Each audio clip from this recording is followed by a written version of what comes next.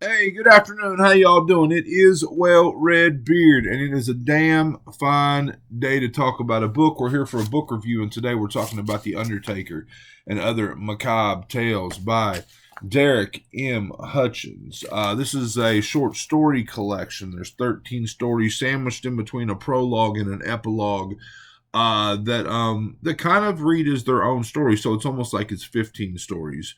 Um, however you want to look at it, right? I mean, I really enjoyed this book. I mean, it's a solid 4-star collection for me. If you're looking for something to kind of fill out your October, Halloween month TBR, this would be perfect for that. If you're just looking, let's say you read a lot of novels and you're looking to get into some really great short horror fiction, this would be another great place to start. I don't know if it's a debut. I mean, sometimes I assume that when I haven't read anything by the author before, but that's kind of a silly assumption. I'm not sure, but it's really enjoyable. It felt seasoned. The stories felt old to a degree, like in a good way, like almost like Matheson, Hitchcockian type stories. There's a couple stories in here where we see the threat from a distance and we get to watch that slow approach with real dread and terror, and it was a cool effect. I mean, not a jump scare or something like that. You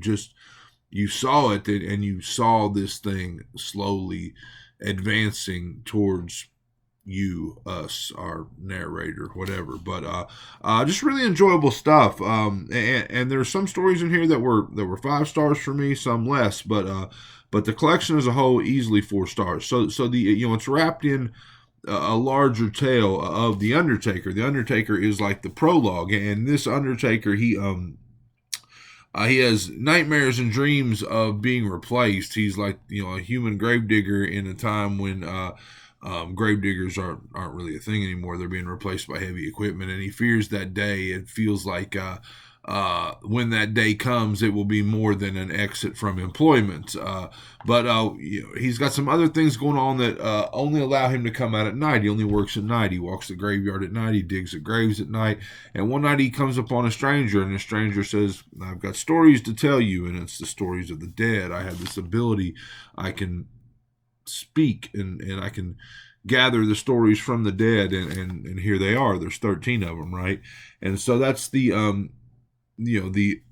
outside premise of these 13 stories. Again, I enjoyed all of them. There wasn't a single story in here that I didn't like, but my favorites, I picked my top 4, and my fourth favorite story is the first story in the book. It's called The Banshee, and again, this one is where I first got into it, and I was surprised by the prose, how good it was. I was surprised. This is where I first noted that the stories felt old. They felt like Alfred Hitchcock type things. Again, I said in my short on short that I kind of read this main character like Jimmy Stewart from Vertigo or Rear Window. It had a deep feeling of solitude and loneliness. Our main character was going to Petropolis, Brazil, to visit his brother. There's some cool bits about Petropolis there, about the imperial history and the imperial museum, and the houses there are built on the side of this mountain. There's like a road access at the bottom and like road access at the top, but there's these long stairwells that these things are just kind of like stair stepped up the mountains. And he was staying at this apartment above his brother's place. It had its own entrance, so when he was in there late at night, you felt that loneliness and that solitude. But he heard something out on the stairs, saw a woman out there, heard her wailing, and it's a banshee, right? And if you see a banshee, it's supposed to be a bad omen. Something bad's going to happen. And each night, she gets a little closer and a little closer and a little closer to his door. And I can't tell you what happens, but again, the dread and the terror that was in that slow approach, it was a really cool effect that I don't experience that often. My third favorite story in the book is Snuff, and it's the final story in the book. And I don't know what it is. I enjoy stories about underground snuff films ever since J.F. Gonzalez's Survivor. That shit kind of freaks me out. It intrigues me. I don't know what that says about me, but in this one, a private investigator is approached by a man. He has what appears to be a DVD of his fiancee being brutally, viciously killed. He thinks it's a fake. He thinks she's trying to get out of marrying him or whatever. I don't know what exactly he thought, but he wanted her to investigate this snuff film, and she does. She dives into the underground world of this stuff and ends up being on the track or on the trail of this filmmaker. And that's where I got to leave you. There's a lot more that happens here, and this one's got some crazy twists all the way up to the last couple sentences. But since I can't tell you about those crazy twists, I can't really take you much further into this story. But I did really enjoy that one as well. That was my third favorite. Now, my second favorite story in this book is Manger Dos. I don't know how to pronounce that. It's a French word. It translates to bone eaters. And in this one, the whole story is told in email correspondence back and forth between Anne and Claudia. Anne is here. It feels like here. Again, I said this in my Shorts on Shorts. I don't know if she was stateside, but it felt she was stateside. And Claudia has gone to France to write a book. And she's in Paris, but she gets out of Paris and gets to this remote village, this cool little pretty picturesque remote village. She meets a gorgeous French man that owns a bookshop. Yeah, cool, gorgeous man with a bookshop. I mean, and she's enjoying this small village life away from tourist traps and all these things. But she's noticed there's these small doors all around town in the buildings and like the sublevels of the buildings, and they're all jet black doors with like ancient runes on them. They're all about 5 feet tall, and there's a curfew. Everyone in this town, when the sun goes down, they're behind closed doors every single night. And so there is this feeling, this idea that something, whatever lives behind those doors, gets the night, and we humans, the villagers, get the daytime. And it had this real feel for me. So when I was a small kid, I didn't watch a lot of horror as a small kid, but one thing I remember watching with my father that scared the absolute shit out of me was H.G. Wells' The Time Machine, the movie with the Morlocks. And this had, I was afraid of that as a kid. I don't think I've seen it since. I put that away.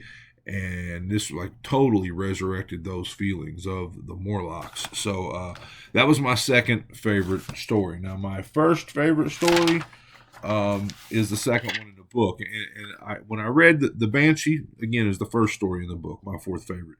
This one's called The Watcher, and I read these two back to back, and they both had that feeling of, again, observing that threat and watching it approach. In this one, again, I said same feelings as the Banshee, terror in that slow approach. Our main character is a man. He's in control. He is a well-off man. He's got a nice house, a beautiful yard, a nice car, and he's in control. Like so much so that it talks about how he doesn't drink, like how he does not like to not be in control. He may have one drink occasionally, but he comes home one day and it's coming up around like a curve to turn into his driveway, and like if this is his yard and his driveway's over here and this is the road, there is a figure standing right there on the road looking at his house, and he almost has to swerve to get around him, and goes and looks, and he's standing there. His wife can't see this figure, so he is left to observe, and the figure keeps getting closer. Like the next time he looks, he's come over the wall and he's in the yard. And the next time he looks, he's a little bit closer. Now he brings his friend over, and his friend can see the figure, and he's like, wait a second, doesn't that look like Brian? I mean, doesn't the figure look like Brian? You remember Brian. You remember what you and I did with Brian. Anyway, so that's as far as I can take you, but it is a hell of a story. Again, that feeling of an old, seasoned Hitchcock-type story, a little Twilight Zone maybe, and just that slow approach of terror. So in the end, we're back with the Undertaker. We wrap this thing all up. It's circular. I love that. I love when a short story collection is slammed into a larger singular story. But the Undertaker is left to face down his biggest fear of being replaced, of his employment coming to an end. But the storyteller has an offer to make him. So I really enjoyed it, like all the way through. It was fun. Again, I don't know if I've had to shoot this a couple times because I got about halfway through it. And my computer ran out of storage, so I had to go delete a bunch of videos. But I don't know if I said this before, so this may be a repeat. But again, the small mass market paperback size, all these stories in here are like 20 to 30 pages long, roughly. I mean, there's not like any flash fiction in here. All these stories are meatier stories, if you get what I'm saying. And but the font in here is nice and big, and it, so even though they're 25, 30 page stories, they really read fast. I mean, it would be a great book to pick up for Halloween. Just a nice, a really good horror short story collection. So this is The Undertaker and Other Macabre Tales. This is Derek M. Hutchins. This has been Well Read Beard. I hope you enjoyed my review. I'm at 4 stars. I hope you're enjoying all your books as much as I am. If not, you're reading the wrong damn books.